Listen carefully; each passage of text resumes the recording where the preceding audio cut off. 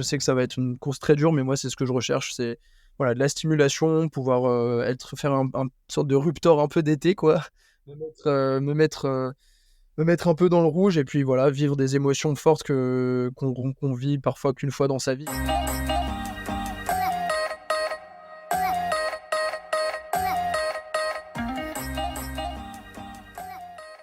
Avant de lancer cet épisode, je voulais te présenter Vive Allure, un magasin de cycle spécialisé dans les vélos de route et gravel à Bonneville, proche de chez moi en Haute-Savoie. Si tu es de passage dans la région ou bien que tu habites à proximité, je ne peux que te conseiller ce shop convivial où les conseils de Cléa et Pierre-Antoine sont avisés. Tu y trouveras des marques de qualité telles que les vélos Ridley, mais également un service atelier qui saura prendre soin de ton vélo. Et si tu es à la recherche de convivialité, Vive Allure organise des sorties gravel qui seront l'occasion d'échanger entre passionnés lors de la sortie. J'espère que tu éprouveras autant de plaisir que moi à découvrir et à revenir voir Cléa et Pierre-Antoine chez Vive Allure. Bonjour, je suis Alexandre et bienvenue au podcast Les Joies du Sport, le podcast qui vous permet de suivre une aventure avant même qu'elle ne commence.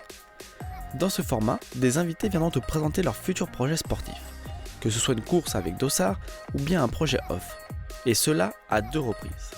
Mais pourquoi 2 interventions sur un même sujet ? C'est peut-être la question que tu te poses. Sache que ces 2 épisodes te permettront une immersion totale dans le projet. Lors du premier épisode, enregistré avant l'événement, ce sera l'occasion de découvrir notre invité et d'en apprendre plus sur le défi qui l'attend, comment il s'y est préparé. Nous découvrirons également comment il intègre son entraînement dans sa vie personnelle et professionnelle. Nous discuterons de ses sensations à l'approche de l'événement, ainsi que ses attentes sur ce défi.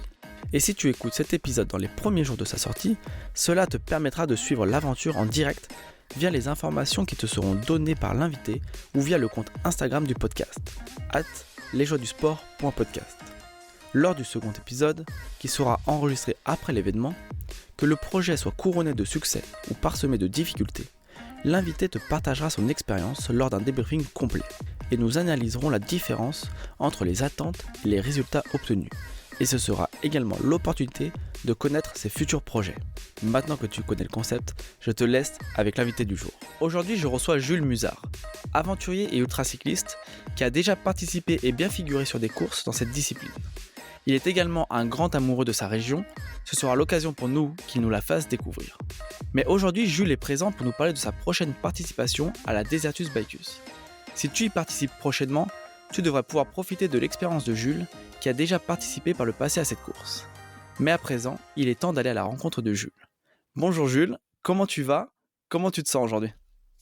Bonsoir Alexandre et les joyeux sportifs des joies du sport. Je suis content d'être avec vous et de pouvoir vous parler de ces aspects-là, de préparation, de notamment la Desertus, etc. Voilà, tranquille, en direct de ma chambre dans le Gâtinais, donc dans le nord-est du Loiret, près de Montargis, à une grosse heure dans le sud de Paris. Effectivement, je confirme, je suis très attaché à ma région et à ces petits vallons, ces vallées et ces rivières qui offrent des terrains de jeu sympathiques d'entraînement et surtout de vie. Très bien. Est-ce que tu peux te présenter et quel a été le premier sport qui t'a passionné ? Jules Musard, donc j'ai 24 ans, je suis juriste de formation. J'ai fait 2 ans en sport-études, notamment en athlétisme et en cyclisme, en travaillant en parallèle dans un cabinet d'avocats pendant 3 ans. Et j'ai toujours été un grand amoureux du sport de manière générale. J'ai plutôt fait des sports collectifs étant plus jeune. J'étais capitaine de mon équipe de foot, j'étais aussi tennisman, j'ai toujours fait de la course à pied, du vélo, du VTT. J'ai aussi j'étais capitaine de mon équipe d'athlétisme à la fac. Voilà, donc j'ai toujours été un aventurier, on va dire, de la vie, mais aussi du sport. Chaque sport a ses spécificités, ses intérêts, ses réjouissances. Et donc je me suis tourné vers l'ultra-distance, l'ultracyclisme, il y a à peu près, donc il y a 3 ans, enfin un peu moins de 3 ans en compétition, on va dire, depuis que j'ai fait la French Divide en 2021, donc la traversée de la France en diagonale en VTT. Et avant ça, en fait, ça faisait une dizaine d'années que je faisais déjà du cyclotourisme, tout simplement avec ma famille, ma sœur, mon père, mes amis, voilà, donc la Loire à vélo, vous connaissez sûrement, suivre les côtes et les rivières de France et d'Europe, et c'est comme ça que j'ai découvert voilà, les courses de longue distance, et je me suis prêté au jeu. J'avais déjà en fait cet état d'esprit d'aventurier qui a facilité, qui m'a vraiment excité et stimulé dans cette discipline. Et du coup, tout cet entraînement pour l'ultracyclisme, en tout cas, tu l'effectues où? Bah écoute, bonne question. Je le fais donc depuis le Gâtinais, donc qui est une région naturelle au passage, qui veut dire terre pauvre en vieux français, parce que c'était une terre qui était un peu abandonnée, un peu ravitaillée par les corbeaux, mais qui a aussi beaucoup de richesses. Et ça, c'est mon projet associatif du Gâtinais libre, dont il est absolument pas question aujourd'hui. Donc je referme tout de suite la parenthèse. Mais tout ça pour dire que je suis amoureux de ma région. Et comme je disais en introduction, il y a plein de... voilà, en fait, c'est une chance d'habiter à la campagne quand tu veux faire du vélo, tout simplement, Mmh. parce que moi, j'ai plein d'amis qui habitent à Paris et à la ville, et c'est une des raisons pour lesquelles je n'ai pas donné suite aux opportunités que j'avais dans le milieu juridique, le milieu des affaires, parce que c'était aussi pas ma sensibilité, tout simplement, mais parce que aussi fonctionnellement, bah, tu peux pas faire du vélo. Tu peux faire le polygone et le bois de Boulogne, et c'est bien, mais bon, c'est bien 2-3 mois, mais après, il faut... Voilà, ici, c'est l'air pur, donc en fait, tout simplement, quand je veux sortir, soit je regarde l'état du vent. Bon, le vent il souffle dans telle direction aujourd'hui. Bon, allez, je vais aller un peu en Bourgogne, hein. Je suis pas trop loin d'Auxerre, du Morvan, etc. On va s'amuser, ou bien on va aller dans les pays de la Loire. On va aller à Tours, ou bien voir mon grand-père dans l'Indre aujourd'hui, ou bien je vais aller plus du côté de Chartres, rouler dans la Beauce. Tu vois, voilà, c'est franchement en fonction évidemment du feeling et aussi de la météo, mais voilà quoi, on peut regarder un peu sur tous les azimuts de la boussole. Très bien, ouais, on a bien compris qu'en tout cas, cette région, elle te, complaît, totalement, en tout cas au niveau de ton entraînement, vélo. Mais est-ce que des fois, tu as quand même des envies un petit peu d'aller voir, plus loin? Donc effectivement, pour les entraînements, l'envie d'aller voir ailleurs, comme tu dis, et c'est un vrai sujet, mais après il faut distinguer mon entraînement, on va dire, de tous les jours. Donc bon, je vais pas rentrer dans le détail de ma préparation physique et de toutes les activités que je fais. Je fais aussi bon, de la natation, de la course à pied, du renforcement musculaire. Euh, je fais des courtes et des moyennes distances. Par exemple, il y a 2 semaines, je suis allé à Reims, j'ai fait un aller-retour pour manger un Libanais. Voilà, donc je suis parti à 5h du mat. J'ai traversé toute la Seine-et-Marne et la Marne et la montagne de Reims pour arriver à Reims, rester 1h30, discuter, manger, et puis repartir en passant par Châlons en Champagne, Troyes, Sens, et rentrer chez moi. Voilà, donc tu vois, ça c'était bon, c'était quand même une grosse sortie de 400 bornes au total sur la journée, mais tout ça pour dire que ça fait partie de mon entraînement de faire des sorties courtes et moyennes, mais aussi avant tout, pour moi, le vélo est synonyme d'aventure et d'ouverture sur le monde, sur les territoires, sur moi-même aussi. C'est l'occasion de m'extraire d'un présent qui est très actif. Du coup, et à côté de ça, je suis médiateur culturel, organisateur de festivals, etc. avec le Gâtinais Libre. Donc voilà, j'ai une vie très active, et je suis content de déconnecter en faisant du vélo, en allant voir de la famille, en allant voir des amis, en découvrant des territoires. Voilà, donc dès que je peux, j'ai un petit peu plus de marge sur mon emploi du temps. Je pars 3-4 jours faire une grosse boucle du côté de la Suisse, du côté de la Belgique, du côté voilà, du Limousin, que sais-je, du côté de la Bretagne. Donc, et ça, c'est aussi quelque chose d'important dans ma façon de voir les choses. C'est que pour moi, je suis quelqu'un qui m'émerveille et qui me dépayse et qui m'enthousiasme très facilement. Et je pense que c'est une philosophie de vie, c'est important de voir les choses et de les apprécier comme elles sont au maximum. C'est que n'importe où je vais, en fait, je vais trouver ça juste trop bien, trop chouette. Je vais être aux anges. Donc voilà, je n'ai pas besoin d'aller dans les Alpes ou bien dans les Pyrénées, et c'est très cool, et j'y vais de temps en temps, mais voilà, pas besoin de trop me prendre la tête sur mes sorties. Pour moi, voilà, tout se vaut, et je m'intéresse encore une fois beaucoup au territoire et à leur spécificité culturelle aussi, naturelle, et j'adore cette idée de traverser, de conquérir un peu un territoire et de sentir ces reliefs qui bougent, d'arriver dans un département comme ça, de découvrir une ville dont j'entends parler depuis tellement d'années, ou bien de tomber sur ce village que j'avais croisé il y a 10 ans en partant en vacances avec ma mère, tu vois. Bon, bref. pour répondre à cette question. Tu es un peu parti Non, mais un peu non, c'est très bien parce que du coup, en fait, tu as répondu partiellement, voire même en totalité, à une question que je pose systématiquement sur le podcast, qui est comment est-ce que tu intègres ton entraînement dans ta vie personnelle et professionnelle. Donc, je pense que avec ta réponse, en tout cas, tu y as répondu. OK, bah, très bien. Donc, ça va très bien. Tu vois, tu as fait d'une pierre deux coups. Écoute, si OK. tu veux, on peut passer à la suite. J'ai une petite question sur l'entraînement qui t'a été posée en vocal. Donc, je vais te la faire Ouais. écouter, puis je te laisserai y répondre juste après. Salut, moi c'est Benjamin, un copain de lycée de Jules, avec qui j'ai partagé de nombreuses aventures à vélo. La question que j'avais pour lui, c'était qu'est-ce qui te prépare le mieux pour tes compétitions d'ultracyclisme, le vélo ou les soirées techno? Ah, trop fort le crack. Là, on va en savoir un peu plus du coup. Ah là là, il me pousse dans mes retranchements là. Non, en vrai, question, très bonne question, très pertinente. En fait, la question c'est est-ce que je fais du vélo pour tenir en soirée techno ou est-ce que les soirées techno sont un entraînement pour le vélo? Et la réponse c'est un peu les deux en fait. Non, pour donner plus d'éléments de contexte, oui, bon, bah, je suis un bon vivant, j'aime bien les milieux festifs, j'aime bien la musique électro et effectivement, il y a un lien qui est très, très évident entre ça et ma pratique du vélo. C'est que, en général, déjà, je me déplace souvent en vélo pour aller en soirée, notamment pour aller en festival. Je suis capable de traverser toute une région.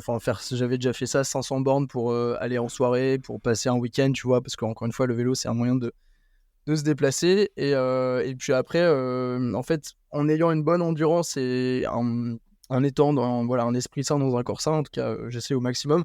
Après, t'as tout simplement une bonne endurance dans la vie aussi de tous les jours. Et en soirée, en fait, tu peux faire des nuits blanches sans prendre d'alcool ou de drogue ou quoi que ce soit.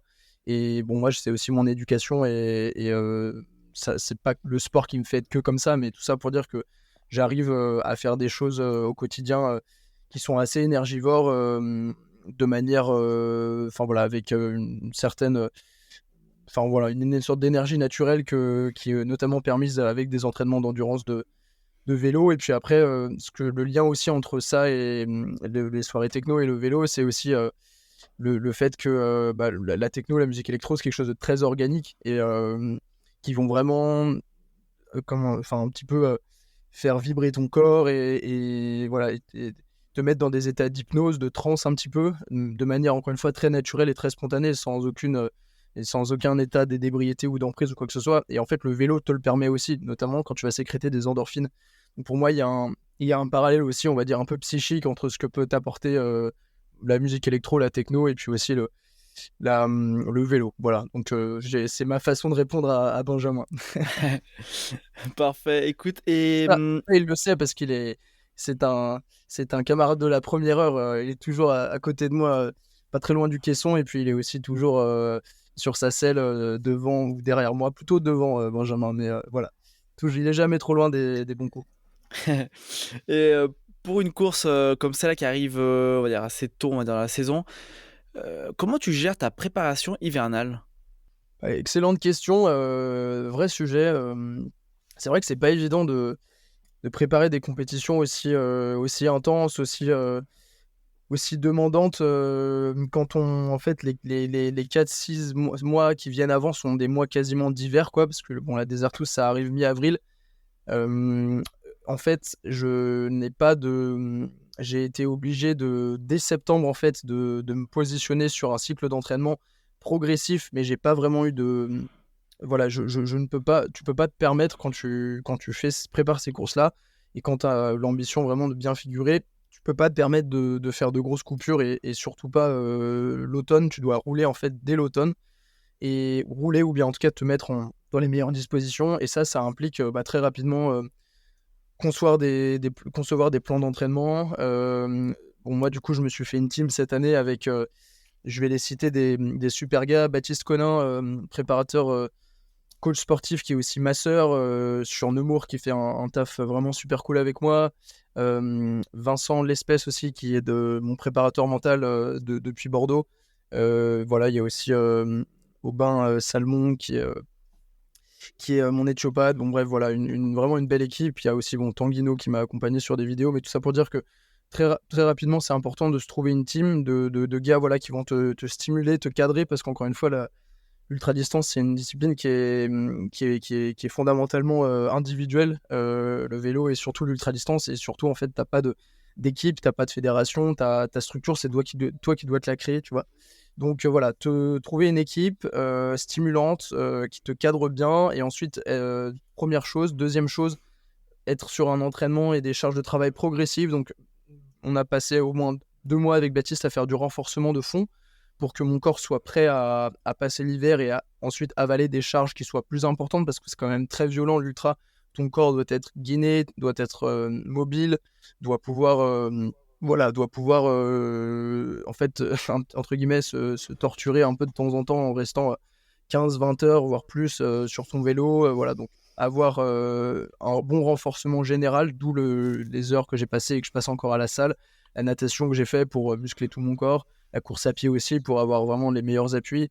Très important aussi d'avoir une hygiène de vie qui soit saine, que ce soit, moi je dors entre 7 et 8 heures par nuit. Voilà, je bois pas d'alcool depuis septembre dernier. Je mange beaucoup, mais je mange sainement, en tout cas j'espère. Voilà, donc et puis évidemment, voilà, après ton entraînement va être de plus en plus spécifique à mesure que tu approches la date de ta compétition. Donc moi personnellement, je travaille par cycle, je fais des cycles d'entraînement de 6-8 semaines en général, où je vais varier beaucoup d'entraînements, et à la fin je vais faire une grosse sortie, comme j'ai fait par exemple avec la Ruptor avec Benjamin en début janvier. Et puis voilà, donc tu fais des paliers. Très important aussi de rester motivé, parce que quand tu es un peu tout seul comme ça dans ta bulle, qu'il fait froid, tu fais un peu toujours les mêmes choses, parfois tu peux te questionner. C'est important de toujours rester alerte et toujours rester motivé. Donc ça, c'est le travail que je fais plutôt avec Vincent, qui m'a beaucoup aidé, et je le remercie encore. Et voilà, donc c'est des éléments de réponse que je te donne un petit peu comme ça, quelques pistes. Mais c'est vrai que la préparation sportive, c'est toujours un gros sujet, qu'elle soit physique, mentale, générale. Mais pour l'ultra, effectivement, pendant l'hiver, c'est très particulier. Ouais, et j'ai noté que tu m'as parlé de la Ruptor avec Benjamin. Ça, c'est quoi cette Ruptor? Le Ruptor, c'est un petit délire, hein. Donc Benjamin, c'est le collègue qui a posé la question juste avant, qui est un de mes meilleurs amis du lycée, avec qui on a toujours fait des aventures. On est parti, on a traversé les Carpates ensemble à pied.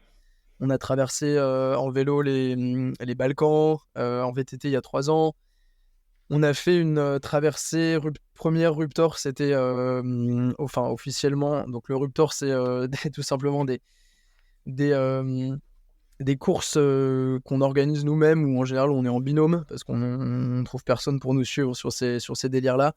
Et en fait, on va partir en hiver et on va explorer les limites, d'où cette idée de Ruptor, de tout simplement des capacités humaines, un peu psychologiques et aussi géographiques. Enfin voilà, en gros, on va se mettre une déterre pour faire l'année dernière, on a fait 3 Ruptors. Donc la première, il y a 3 ans, on était allé jusqu'en Écosse en vélo depuis Londres en plein mois de janvier, je crois. Alors voilà, enfin on avait très peu dormi. Déjà, on avait fait une nuit blanche. En arrivant à Londres, on avait dû faire 350 km pour aller jusqu'à Sheffield. C'était une journée vraiment épique. On avait traversé toutes les agglomérations anglaises, qui est un pays qui est très dense. Ensuite, on s'était pris 15 cm de neige dans un parc national. Ben avait failli faire une hypothermie et on s'était retrouvé dans une chapelle à se faire héberger un peu en urgence à 23h par des locaux qui nous ont dit qu'on était complètement malades, tu vois. Bon, après, en Écosse, c'était un peu plus cool. Et puis l'année dernière, on était parti jusqu'à Prague depuis le Gâtinais, donc en 3 jours. Donc on avale des grosses distances, on faisait des journées à 300 bornes à peu près. Donc, pareil, on s'était vraiment bien donné. On avait plutôt été bien lotis en termes de conditions.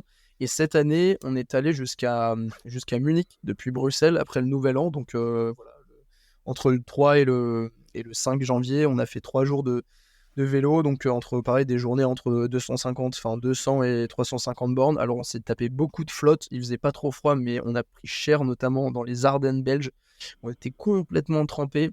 On a fait un stop au Luxembourg, à Karlsruhe, et ensuite à Munich. Et voilà, encore une fois, c'est un moyen de passer un moment vraiment complice avec un de mes meilleurs amis, avec qui on a toujours entretenu notre relation par notamment des projets sportifs et des projets d'aventure. Et puis voilà, c'est un moment aussi, c'est un moyen de te tester, et ça m'a permis de définitivement lancer ma préparation et de monter d'un cran en termes d'intensité, parce que jusqu'à présent, je faisais surtout des moyennes distances vers chez moi. Aussi, j'avais une petite douleur au genou qui s'est résorbée justement grâce à la préparation physique qu'on a fait avec Baptiste. Et j'ai été définitivement débarrassé. C'était un peu une sortie test pour moi. J'ai pas eu de douleur et je me suis dit, ok, maintenant, Bamos, on va pouvoir enchaîner.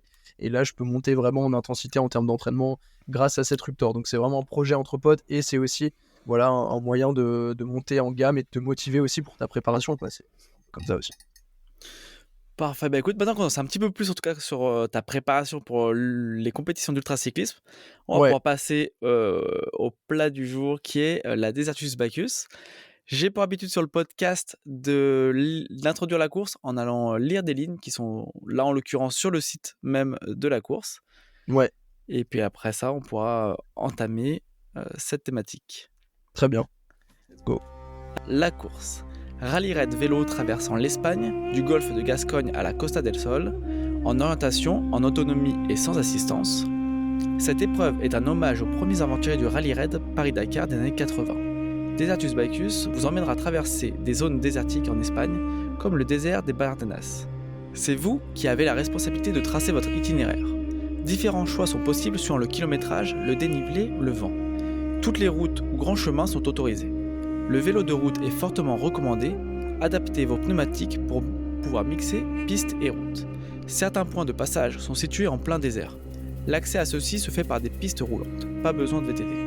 Les parties pistes roulantes représentent 5 à 10% de votre tracé final, suivant votre itinéraire.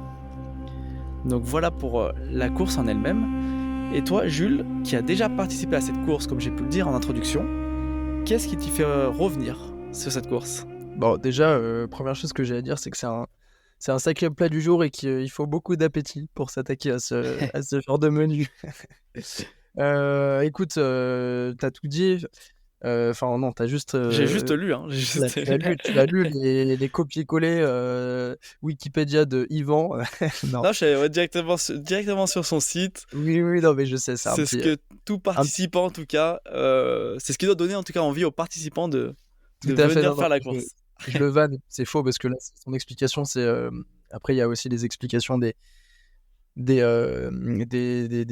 traversées des déserts, etc., plus l'approche géographique. Et non, je le charrie. En tout cas, je rends un maxi hommage à Yvan Tuard, et je crois que j'ai bien prononcé son nom de famille cette fois-ci, qui est vraiment un très bon ami, qui est l'organisateur de cette Desertus. Il est le fondateur unique de cette course. Voilà, c'est une course qui est née de son imagination, de sa créativité, sa folie, sa passion pour le sport, le vélo, la convivialité, le bon vivre, l'Espagne. Enfin voilà, c'est quelqu'un d'exceptionnel. J'ose espérer qu'il répondra à des sollicitations de podcast, parce qu'il en a, et il a tellement à partager. C'est un garçon formidable qui est très humble aussi. Voilà, donc je lui rends un petit hommage vraiment. Et donc voilà, c'est Yvan qui a fait cette course, qui l'a lancée si je dis pas de bêtises, il y a 3 ans, donc en 2021-2022, donc là, 2022. Je l'ai fait lors de sa première édition. C'était d'ailleurs ma deuxième grande course que j'ai faite après la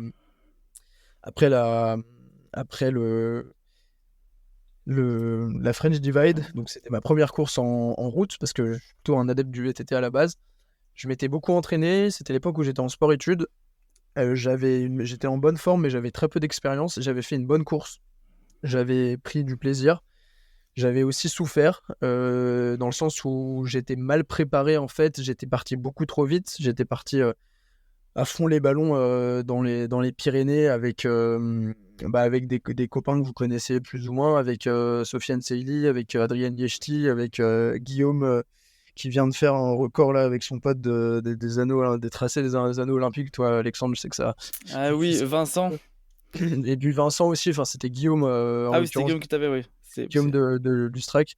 Voilà, un bon copain aussi. Donc on était parti à fond les ballons en tête dans les Pyrénées. On s'était fait arrêter par la police espagnole, qui nous avait dit: mais vous roulez sur la départementale nationale là, vous êtes qui là, vous faites quoi? Tu vois, du coup on avait dû temporiser. Il y avait un gars qui était tombé dans un ravin parce qu'on bref, c'était vraiment là, c'était une très haute intensité. Et puis voilà, donc mes petites péripéties, c'était que mon vélo était resté bloqué dans un hôtel parce que j'avais mal communiqué à l'aubergiste qui pensait bien faire en mettant mon vélo dans un endroit safe. Et en fait, il me l'avait bloqué le matin quand je voulais partir. Je pouvais juste pas accéder à mon vélo et j'étais comme un con, tu vois. Je pouvais même pas me recoucher parce que j'étais plein de café et de Red Bull, tout excité là. Et en fait, voilà, c'était un peu la grosse défaite. Et puis après, j'ai mon, j'ai mon GPS. Enfin, en fait, j'avais pas de GPS, j'avais mon téléphone.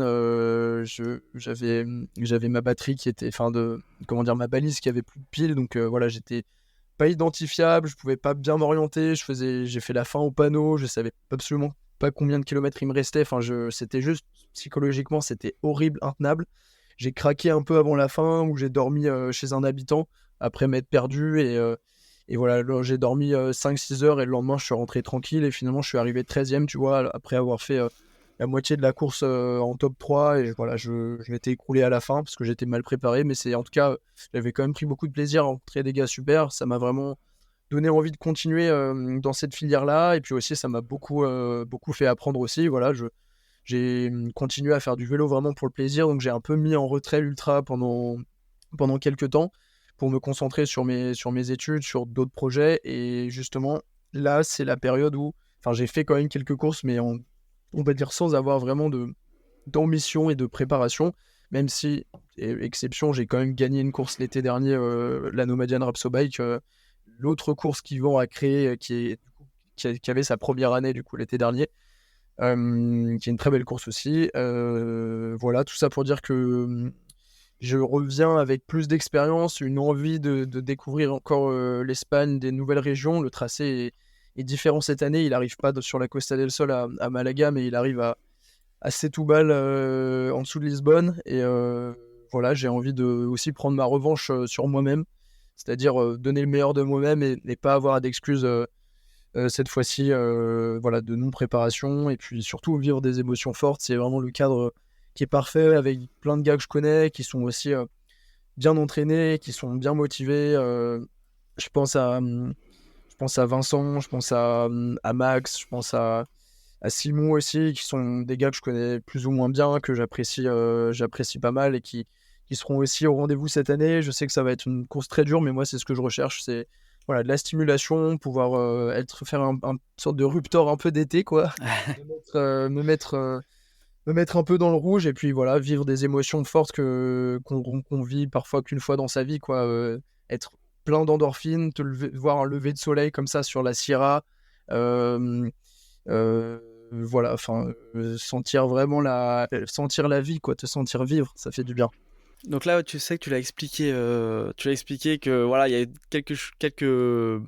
plusieurs points en tout cas qui ont eu besoin d'être changés en tout cas pour cette prochaine course. Ouais. Qu'est-ce que principalement tu vas modifier cette année dans la préparation et la réalisation de ta course? Bonne question. Déjà une chose que je change pas, c'est vraiment prendre du plaisir, c'est important parce que parfois des gens se demandent comment est-ce qu'on trouve du plaisir dans ces disciplines qui peuvent être considérées comme un peu sadomasochistes où tu vas juste être sur une selle pendant 18 heures par jour et te priver de tout confort et te mettre dans tous tes états. Les gens ne comprennent parfois pas. Prendre du plaisir, c'est-à-dire déjà prendre du plaisir de manière générale, l'entraînement, faire des choses que j'aime bien, varier, rester motivé, prendre soin de toi.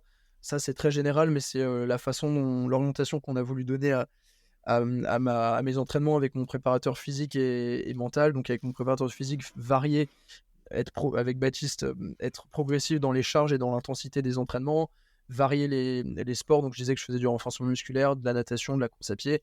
Avec Vincent, se questionner un petit peu plus sur les motivations intrinsèques de ce genre de pratique. Et en fait, moi, comme je le sous-entendais au début et comme je l'expliquais dans mon précédent podcast, en fait, quand je fais des sorties, c'est un moyen de voyager, de découvrir, de profiter.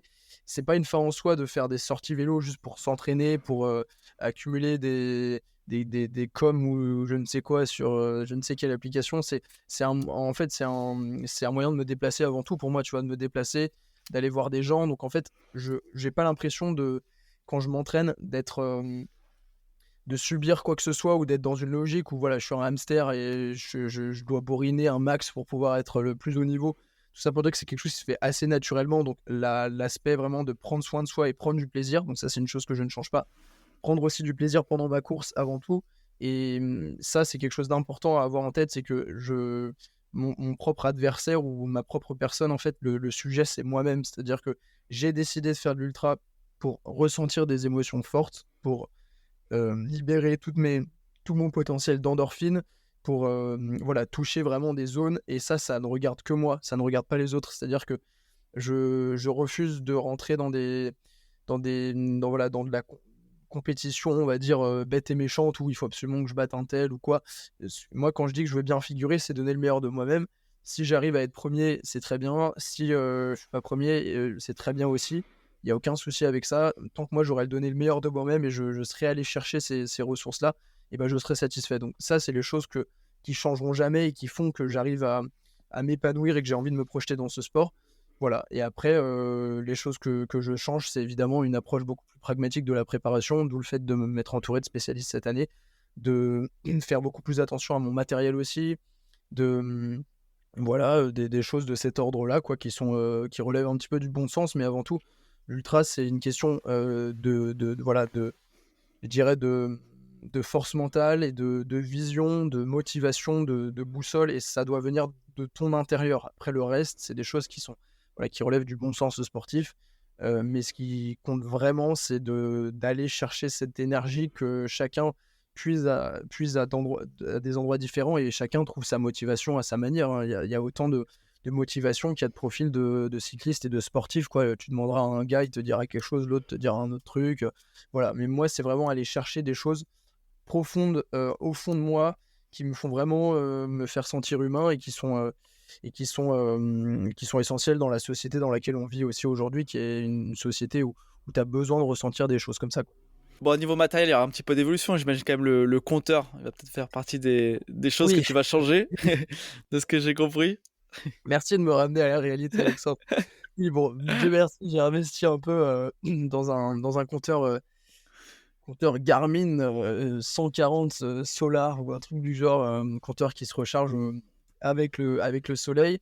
Je vais peut-être investir dans un moyeu dynamo pour être autosuffisant dans une certaine mesure en énergie. Voilà, donc moi j'ai toujours mon Canyon aéro un cadre qui est relativement vieux, qui date de 2013, 2014 ou 2015, mais qui est très léger et qui me convient vraiment à merveille.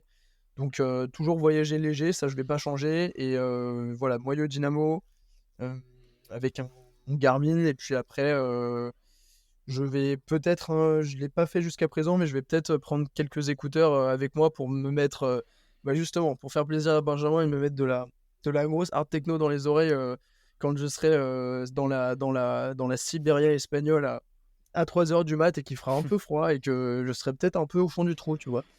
Voilà, c'est des petits détails comme ça qui peuvent changer la donne, mais encore une fois, j'insiste sur ce point.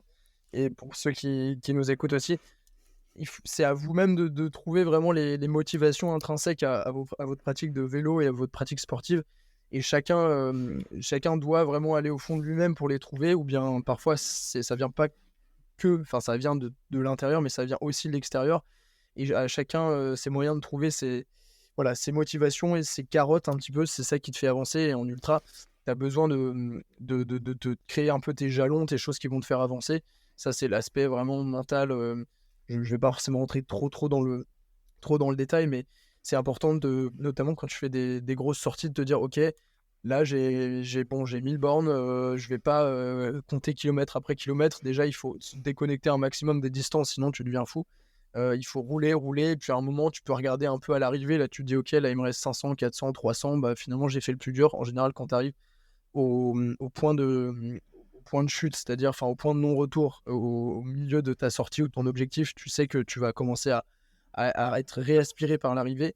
Tout ça pour dire que c'est important aussi de découper ton effort et de te dire, ok, là, je vais faire 150 bornes, ensuite, je vais arriver dans tel département ou tel pays. Et c'est des choses qui doivent te motiver, tu vois. Quand j'ai traversé, il y a une journée où j'ai traversé 6 pays l'année dernière quand j'avais fait la Nomadiane. J'étais passé en en Autriche, en Italie, en Slovénie, en Bosnie et en Croatie, 5 pays pardon, dans la même journée. Et en fait, à chaque fois, tu te dis, bon, tous les 100 bornes, je suis dans un pays différent, tu vois, juste ça défile. Alors, à la fin, de la journée, tu as fait 450 bornes et tu te dis, ouais, putain, je les ai même pas sentis passer, quoi. Bref, voilà, c'est moi qui je me suis donné ce droit de faire une petite digression pour dire que, encore une fois, la préparation, évidemment, voilà, matérielle et physique est importante, mais encore une fois, c'est le psychique, l'existentiel qui est ton premier moteur dans ce sport. D'accord, ouais. Effectivement, oui, je comprends bien ce que tu veux dire. Une spécificité de cette course, c'est quand même le tracé qui est libre, où tu as pour obligation en tout cas de passer par des checkpoints. Ouais, Le parcours aujourd'hui, est-ce que toi tu l'as déjà tracé ou c'est quelque chose que tu vas faire prochainement? ouais, donc ça, c'est une grande spécificité de la course, comme tu le dis très justement. C'est une course qui est à la fois avec c'est le principe de l'ultra distance, hein, les amis, c'est que c'est une course qui est t'es en autosuffisance par définition, sans assistance, c'est-à-dire que tu peux pas te faire suivre par une voiture qui va te donner des barres de céréales ou des mecs qui peuvent te masser à tout moment dans leur coffre ou quoi. Enfin, il y a des courses comme ça qui autorisent, notamment aux États-Unis, mais en France, c'est pas comme ça. Tu te démerdes de A à Z, même si tu peux dormir, enfin faire tes courses évidemment dans des supermarchés ou bien dormir dans des hôtels ou quoi. Mais du coup, voilà. Et ça implique notamment de faire ton propre tracé, c'est-à-dire que sur cette course, il y a des points de passage obligatoires qu'on appelle des checkpoints. Et ensuite, tu dois relier toi-même avec ton propre tracé selon ta stratégie, selon ton feeling. Tu peux prendre les routes que tu veux, donc tu peux prendre soit des routes rapides, soit des routes qui vont couper, qui vont passer par la montagne, qui vont te faire éviter un couloir de vent, etc. Ça dépend, c'est ta stratégie au préalable et aussi pendant la course, selon les conditions, selon ton feeling, selon beaucoup de choses. Donc ça, c'est un point très important. Moi, j'ai déjà fait mon itinéraire. Voilà, c'est un point vraiment stratégique qui fait vraiment la différence. Alors cette année, on a quand même une marge de manœuvre qui est relative, c'est-à-dire qu'il y a des checkpoints qui sont quand même très rapprochés, ce qui fait que voilà, entre un point et un point B, quand tu es à 200 bornes, t'as pas 15 000 façons d'y aller, quoi. Tu sais que tu dois prendre cet axe-là, et grosso modo, c'est un peu ça. Il y a un peu moins cet aléa de stratégie que dans d'autres courses, comme l'année dernière dans les Balkans, justement, où les choix de course ont été vraiment déterminants. Et c'est aussi ce qui m'a permis de bien terminer, de prendre la tête, c'était de passer notamment par la Bosnie, alors que tout le monde passait par la Croatie, parce que c'était, entre guillemets, jugé plus civilisé, plus roulant, moins dangereux, c'était moins haut aussi. En fait, c'était un peu l'écueil, c'est que c'était des up and down, ça montait, ça descendait constamment, même si ça allait à pas plus de je crois, 500 ou 600 mètres d'altitude. Alors que moi, j'avais pris une route de montagne qui allait jusqu'à 1200 bornes. Et en fait, après, tu restais sur un plateau et tu descendais légèrement. Et enfin, c'est comme ça que finalement, c'est pas en allant. Il faut pas penser que les montagnes seront toujours par défaut, la moins bonne solution. C'est pas forcément vrai. En fait, il faut prendre en compte tout simplement les courbes, le rythme aussi. Faire du up and down, c'est juste intenable sur 300 bornes. Ça te casse et ça te coupe les pattes, quoi. C'est vraiment moi je déconseille fortement. Et puis dans la montagne, tu as aussi moins de vent, alors que sur les plaines ou voilà, sur des collines comme en Croatie, t'es parfois plus exposé au vent, notamment quand tu es plus proche de la mer. Ça, c'est aussi des paramètres à prendre en compte quand on arrive proche des côtes, au Portugal. En Espagne aussi, on a des plateaux montagneux qui seront un peu comme ça, avec des grosses lames de vent aussi. Donc il y a l'aspect aussi de rouler en équipe. Ça, c'est une course dans laquelle tu as le droit de le faire. Donc il y a des courses, aussi bien qu'il y a des courses où il y a des tracés en fait qui sont déjà réalisés, où t'as pas de marge de manœuvre sur le tracé d'itinéraire. La Desertus permet aux concurrents de rouler ensemble, et donc voilà, de s'épauler, de s'entraider, de rouler pendant le temps qu'ils veulent ensemble. Et ça peut être un point stratégique évidemment non négligeable, puisque en étant en aspiration derrière un cycliste, tu vas économiser entre 20 et 40% d'énergie pour une vitesse similaire. Donc c'est aussi un point très important à prendre en compte dans l'aspect stratégie de la course, qui est absolument à ne pas négliger. Pour cette année, en tout cas sur la Desertus de cette année, l'itinéraire que tu as déjà tracé, dans le cas où effectivement les checkpoints sont assez éloignés pour qu'il y ait quand même une variation possible au niveau de l'itinéraire, qu'est-ce qui toi te fait choisir tel ou tel itinéraire? Je dirais pas, je sais qu'il y a Max qui m'écoute. Non, non, non. Dans les grandes lignes, toi, c'est quoi? C'est plus par rapport en fait à tes aptitudes physiques Bien ou ce sûr, que on tu a tous des... préfères? Non, non, non, mais bien sûr, on a tous des affinités avec... Voilà, moi personnellement, je suis un type de... un profil de cycliste qui est, on va dire, assez explosif, c'est-à-dire que je suis assez léger, je suis assez véloce, je suis bon grimpeur, rouleur correct. Mais avant tout, donc tout ça pour dire que la montagne, c'est, je dirais, plus un point fort. Donc, j'ai pas peur de passer en montagne et de monter un peu pour dérouler un peu derrière, plutôt que faire des rallongis et prendre des up and down, comme je disais. Après, ça, c'est quelque chose d'une vérité un peu générale, mais en général, tu prends les axes roulants, tu vois. Tu vas Mmh. prendre les départementales, tu vas prendre les nationales, tu vas en prendre beaucoup. Après, et ça, c'est quelque chose auquel je fais hyper gaffe, c'est que il y a des... Évidemment tu t'exposes au danger quand tu fais des choses comme ça, et moi, je tiens à ma vie, j'aime beaucoup la vie de manière générale, et pour rien au monde, j'ai pas envie de trop m'exposer non plus, tu vois, surtout que chaque année, sur des courses, il y a des mecs qui se font souffler par des voitures ou autres, donc il faut prendre ça très très au sérieux. Je prends des départementales et des nationales. En général, j'évite quand elles sont trop proches des agglomérations, et je les évite aussi en heure de pointe. C'est-à-dire que entre 17 et 20 heures, tu me verras rarement sur une nationale, et surtout si elle est proche d'une agglomération, parce que c'est là où tout le monde va et enfin, rentre du taf. Tout le monde est un peu excité, machin, surtout dans les pays latins. Et en général, tout ça pour dire que je roule sur des axes très roulants, mais en général, c'est plutôt pendant la nuit ou bien le matin, ou bien sur des heures creuses, tu vois. Donc il y a aussi cet aspect anticipé. C'est, certes, tu as plus d'affinité, mais il y a aussi cet aspect stratégique d'anticiper les flux de circulation. Et voilà, donc ça, c'est des choses importantes à prendre en compte. Quand tu fais ton itinéraire, tu dois dire, ok, je pense être à cet endroit à peu près à ces horaires-là. Du coup, voilà, a priori, ça devrait pouvoir le faire. Si c'est pas le cas, j'ai un plan B où je peux passer par là. Il faut envisager différents recours. Si jamais tu es sur une route qui est trop dangereuse, bah, tu sais que tu vas pas faire 200 bornes dessus parce que c'est juste suicidaire. Du coup, il faut que tu puisses trouver un moyen d'avoir un itinéraire parallèle sans trop retourner sur tes pas. Voilà, il faut avoir une feuille de route, mais il faut aussi penser à des solutions alternatives, quoi. Très bien. Écoute, je t'en demanderai pas plus parce que j'en ai bien compris que la concurrence peut être à l'affût. Tranquille. Donc, ouais, merci en tout cas ouais, pour ces précisions sur l'itinéraire, parce qu'effectivement, il y a les courses, comme tu l'as si bien dit, avec itinéraire tracé, où il y a ce genre de questions ne se pose même pas.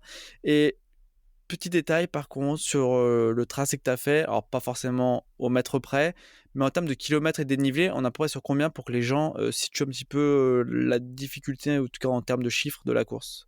C'est une très bonne question. Donc, en termes de kilomètres, on est sur à peu près 2300-2400 kilomètres. Et en termes de dénivelé, que je dise pas de bêtises, il me semble, je pourrais pas te dire, je me demande si je suis pas à peut-être 13 000, je crois, un truc comme ça. Ok, 13 000. d'accord. Ouais, voilà, 13 moi, 000. même pour la distance et tout, c'est que ça donne une bonne, déjà Ouais. une bonne indication.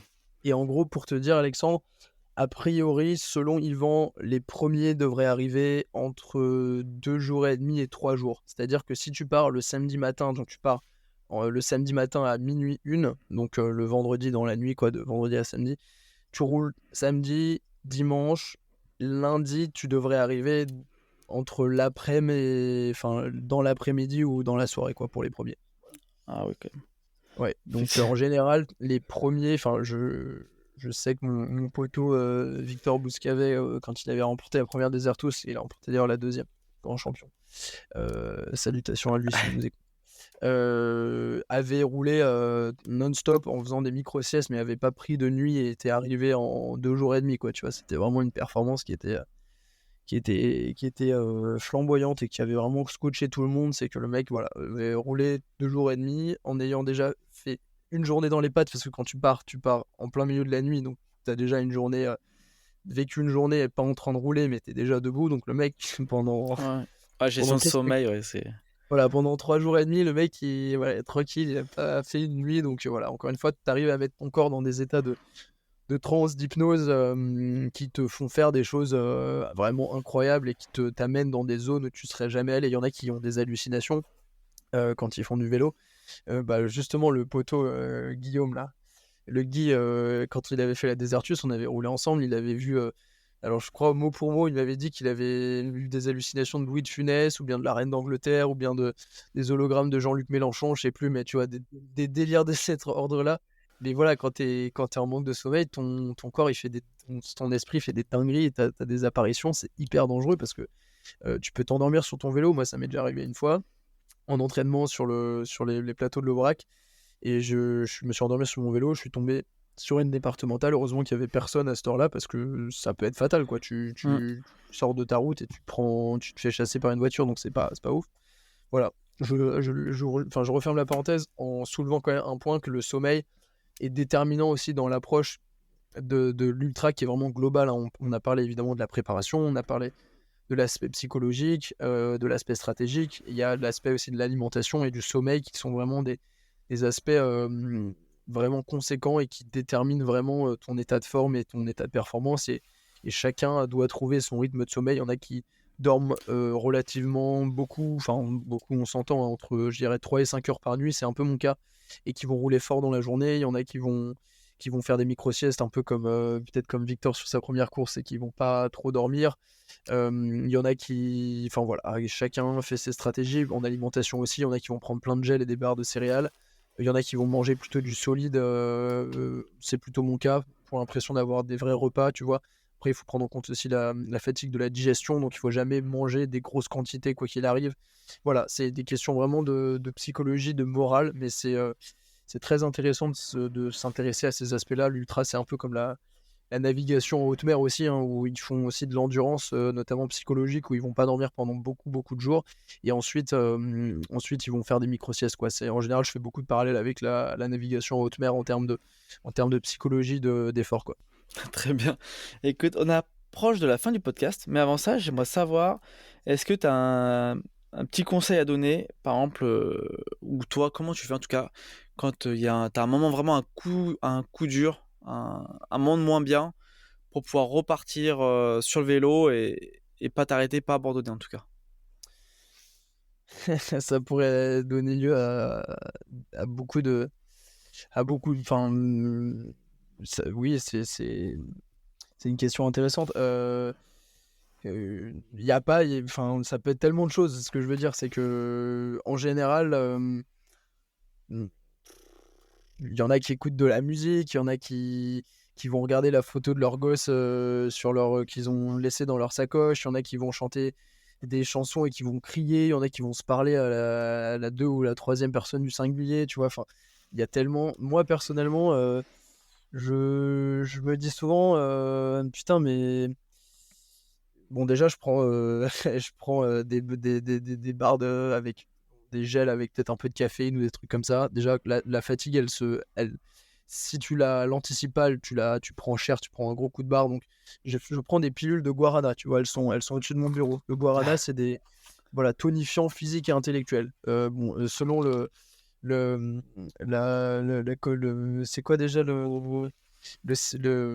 la Fédération internationale de cyclisme, là, n'a pas considéré ça comme un produit dopant, donc je peux en continuer d'en prendre. Non, tout ça pour dire que c'est important d'anticiper le sommeil quand il arrive. Alors, soit s'il est vraiment fort, bah tu t'arrêtes et tu dors, mec, tout simplement, parce que voilà, t'es un humain, et si ton corps doit dormir, bah, tu dois l'écouter, à moins que tu sois vraiment un gros foldingo, mais c'est important d'écouter son corps. Et après, voilà, moi j'essaye de prendre de la hauteur et de me dire putain, c'est incroyable ce que tu vis, c'est incroyable ce que tu fais. J'espère que tu en es conscient et tu as fait le plus dur. Et voilà, en général, c'est à la fin où on se donne tout, parce qu'on sait qu'on est plus trop loin de l'arrivée, et on se dit voilà, tu as fait tellement de chemin, il y a tellement de, de, de, de, de gens qui t'encouragent aussi. Évidemment, tu penses à tous les gens qui suivent, parce que voilà, une course, elle peut être suivie par plusieurs centaines de milliers de personnes qui font du dot watching. Je sais qu'il y a ma famille, des potes qui vont regarder 20 fois par jour où je suis, dans quel bled je me suis arrêté, qui vont penser, enfin bref, à moi pendant je sais pas combien de jours. Limite, il y en a qui vont pas dormir pour suivre ta course, tu vois. Voilà, c'est important de sentir ces énergies aussi, et puis de relativiser et de te dire, voilà, enfin, c'est des émotions, encore une fois, incroyables que tu vis. Essaye d'aller le plus loin possible.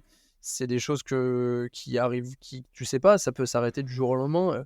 la chance que tu as de pouvoir faire des choses comme ça. Tu peux te blesser comme un con, tu peux perdre la vie, tu peux du jour au lendemain, je sais pas, rencontrer une nana et décider d'aller t'installer en Indonésie avec elle dans un van, tu vois. Et non, enfin, je tergiverse, mais tout ça pour dire que voilà, il faut être conscient du moment que tu vis, du moment présent, quoi. Je pense que c'est quelque chose d'un petit peu plus global.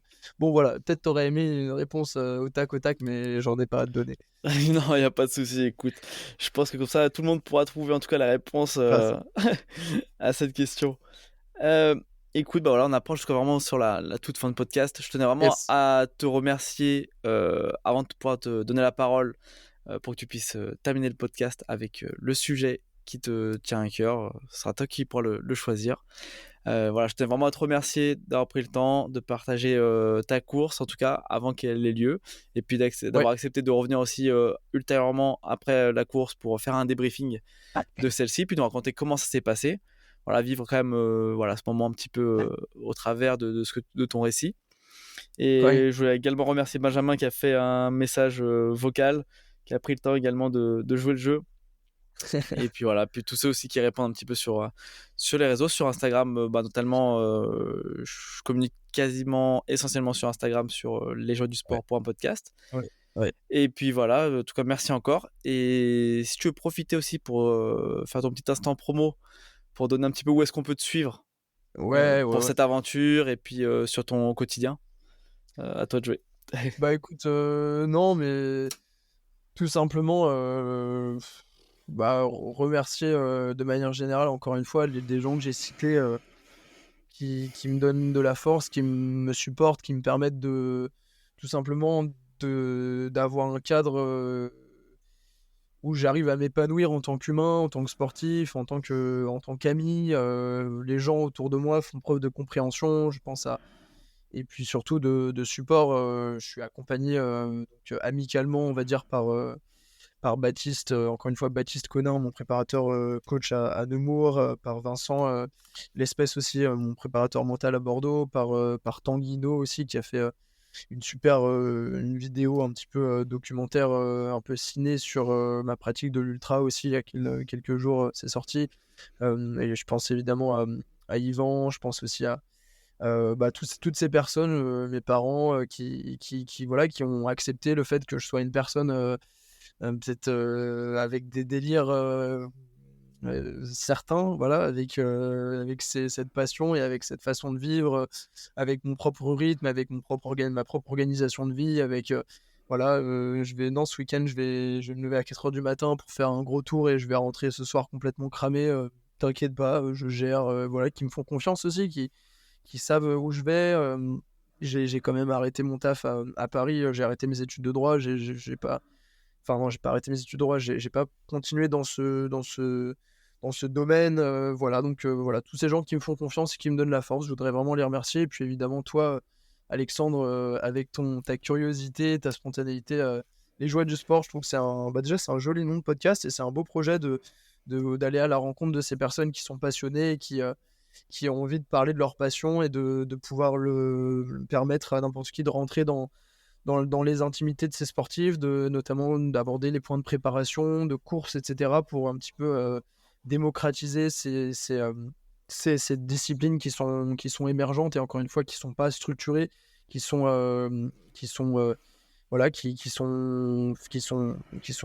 concourues et organisées par des gens qui donnent vraiment de leur passion, qui font ça bénévolement ou qui galèrent pour trouver un équilibre à leur vie, etc. C'est important. Bah écoutez, merci à toi de faire ça, et à vous de vous intéresser aussi à ça. Et puis encore une fois, mon dernier mot, c'est trouver votre passion qui vous anime et trouver votre carotte et vos motivations internes qui vous feront avancer dans vos sports, dans vos passions et puis dans la vie de manière générale. Voilà, on a tous des choses profondes en nous à trouver, à découvrir, à redécouvrir et qui peuvent nous rendre heureux pour toute la vie. J'espère que cet épisode t'a plu. Si c'est le cas, n'hésite pas à le partager avec tes proches et à donner ton avis en laissant une note sur ta plateforme d'écoute. Cela contribuera à augmenter la visibilité du podcast et à avoir des invités toujours plus incroyables. Et pour ne rien manquer des prochains épisodes, je t'invite à t'abonner au podcast. Et nous, on se retrouve très bientôt pour une nouvelle aventure.